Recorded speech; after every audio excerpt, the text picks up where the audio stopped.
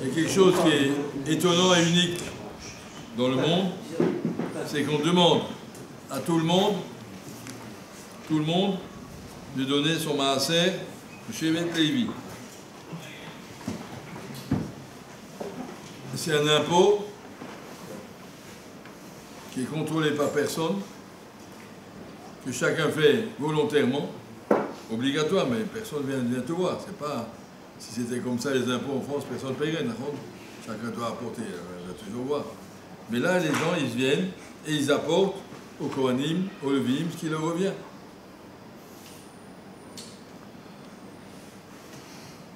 Eliyahu Lapian demande d'où ça vient que toute une tribu ne travaille pas et tout le monde va leur apporter à manger. C'est quoi ça? Vous avez une société comme ça? Il peut y avoir des pauvres qui on doit soutenir, d'accord, c'est Saka, mais ici on ne parle pas de Saka. La société est organisée comme ça, qu'il y a toute une tribu qui ne touche rien à sa parnassa. חלק לא יהיה לך בתוכם, אני חלקך בנחלתך, הקדוש ברוך הוא dit, Shevet Levi, vous prenez rien, vous occupez pas de votre parnassa, אני חלקך, c'est moi je m'en occupe, הקדוש ברוך הוא. הקדוש ברוך הוא donne au Kohanim, Reshit Hagez, et un petit peu de Bechor, et un petit peu de toutes sortes de choses, pour qu'ils soient complètement couverts. Les Kohanim, on peut comprendre. Les Kohanim sont des gens qui passent leur temps au Beth Amikdash à nous faire des korbanot, il faut bien que quelqu'un s'en occupe, bon. Mais les Levim, ils font quoi? Il y a quelques Levim qui sont au Beth Amikdash, pauvres des Levim, qu'est-ce qu'ils font? Ils sont à la maison, ils étudient la Torah. Et la Torah a organisé que le Tzibour, chacun doit donner son maaser. Ça vient d'où? Lapian, il a une sira à ce sujet. Il dit, il a marqué que Shevet Levi, comment ils sont devenus différents des autres, parce qu'en Égypte, quand Pharaon a demandé, venez travailler avec moi, au début il a demandé ça gentiment, venez travailler, la société, le royaume a besoin d'ouvriers, on vous payera bien. Tout le monde est venu travailler, ils ont été payés. Et après, une fois qu'ils sont venus travailler, Pharaon leur a dit, bon, ceux qui ont travaillé maintenant, ils ne sont plus payés, ils sont obligés de venir rajouter encore. Mais Shevet Levi, ils ne sont jamais venus. Eux, ils ont dit, nous, ça ne nous intéresse pas d'aller travailler, on est en train d'étudier la Torah, laissez-nous tranquilles. Et comme ils ne sont jamais venus, alors ils n'ont jamais devenu au service du roi, ils n'ont pas subi l'esclavage en Égypte.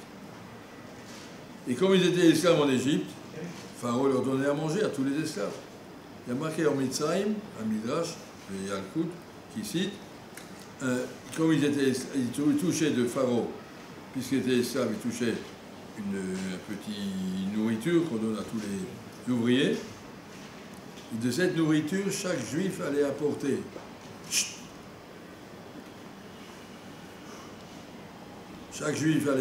tous les jours le 10e, un Lévi. Eux-mêmes, de ce qu'ils avaient, de la petite part qu'ils avaient, en Mitzrayim, ils ont dit, les Lévim, ils ne reçoivent rien puisqu'ils ne travaillent pas pour le roi, ils ne reçoivent rien, et donc aucune entrée. Chaque juif allait apporter un Lévi. Il dit, Rabbi Lapian, c'est de là que vient cette mitzvah qui a continué dans les Lévim, le Tatem Menu Maaser. Il dit, mais pourquoi il y a un peu un moment où ils ont dit, écoutez, ces gens-là, ils sont miscanim, ils n'ont rien, mais que leurs enfants aient travaillé. Pourquoi ils sont à chauffer les bombes? Voilà, ils aillent travailler. On a déjà entendu un autre pareil. Je ne sais pas si vous avez entendu ça dans la société, les gens ils aillent travailler. Et la réponse est que l'Am Israël sait que la Torah n'existe que grâce à ceux qui la soutiennent et qu'il faut qu'il y ait des gens qui n'ont pas d'autre préoccupation que ça. Et que l'argent ne les concerne pas, ils ne doivent pas chercher leur argent. Mais Chelek lo yeh lecha betocham, ils ne doivent pas prendre un Chelek quand on fait une guerre, ils ne doivent pas partager le butin, ils n'ont rien à voir avec tout ça. Ils doivent vivre avec ce qu'on leur donne, ils reçoivent une petite bourse, et ils renoncent d'avance à être riches, ils renoncent d'avance à tout autre programme. Voilà, c'est construit comme ça dans la société. Ne dites pas que c'est une invention du XXIe siècle, c'est construit dans la société depuis l'Égypte et depuis avant le Rambam de Hilchot Avodah Zarah, j'avais déjà lu ça une fois. Rambam Berichot Avodah Zarah, dans le premier chapitre, il explique déjà la grandeur d'Avraham Avinu, comment il a fait connaître la Emunat Hashem dans le monde. Il a eu des Talmidim autour de lui, il a écrit des Sfarim. Odiol Yitzhak Beno, il a fait connaître tout ça à son fils Yitzhak. Yashav Yitzhak Melamed ou Marzir. Yitzhak aussi a continué à enseigner la Torah et à ramener les gens vers la Emunah. Yitzhak Odiol Yaakov, Yitzhak a fait connaître tout ça à Yaakov. Ou Minéoul Lamed, il a dit Yaakov, c'est toi qui vas enseigner. Yashav Melamed ou Marzir, Kolan Nilvim Elav, il a continué à enseigner et à ramener les gens à Tchouva.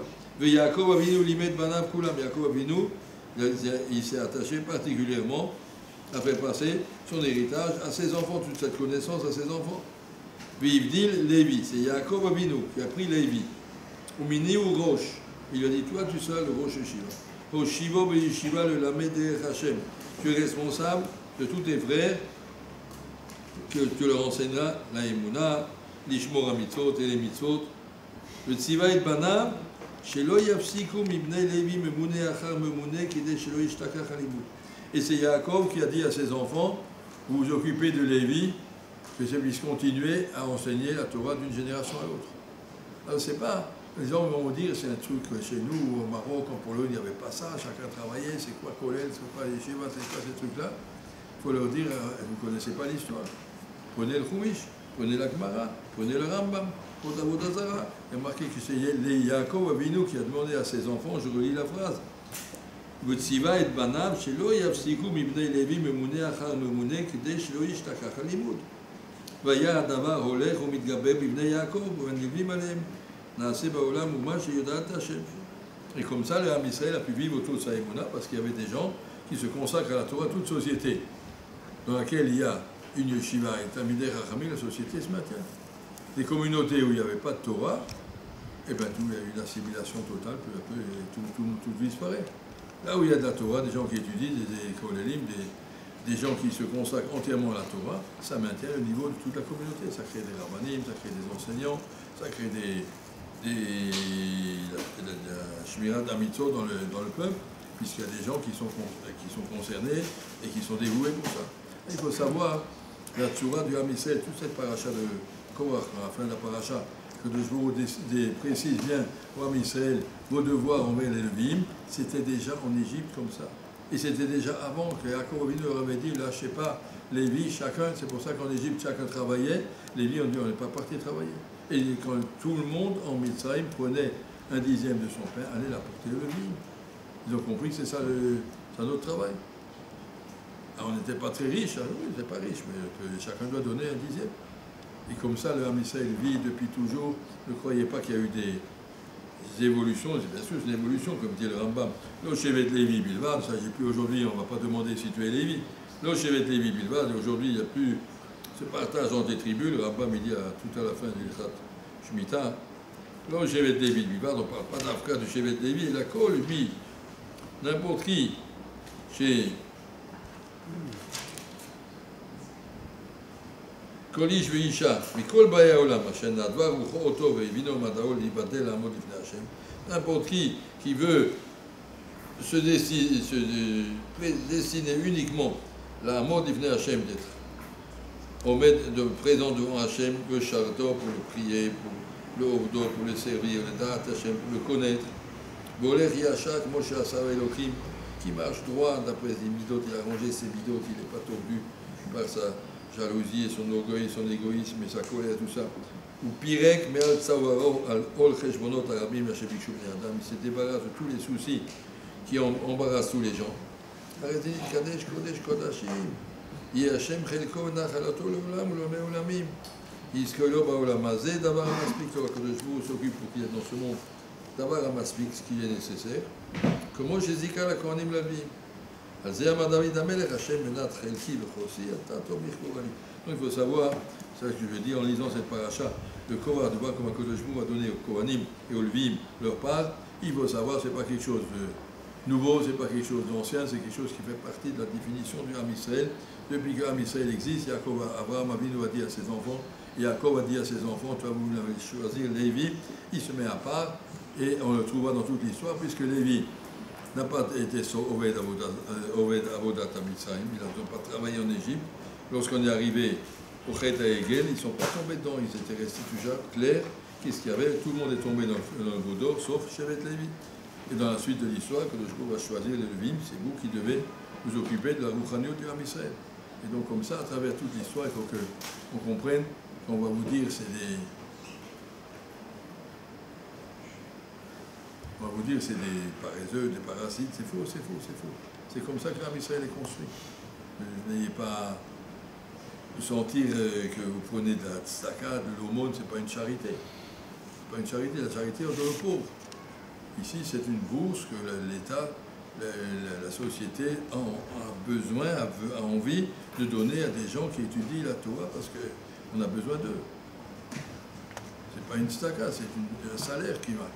En échange que vous faites cette Torah à leur place et que vous maintenez la Torah dans la Israël. Ne soyez pas, on va me dire, tu veux vivre de charité. Non, je ne vis pas de charité.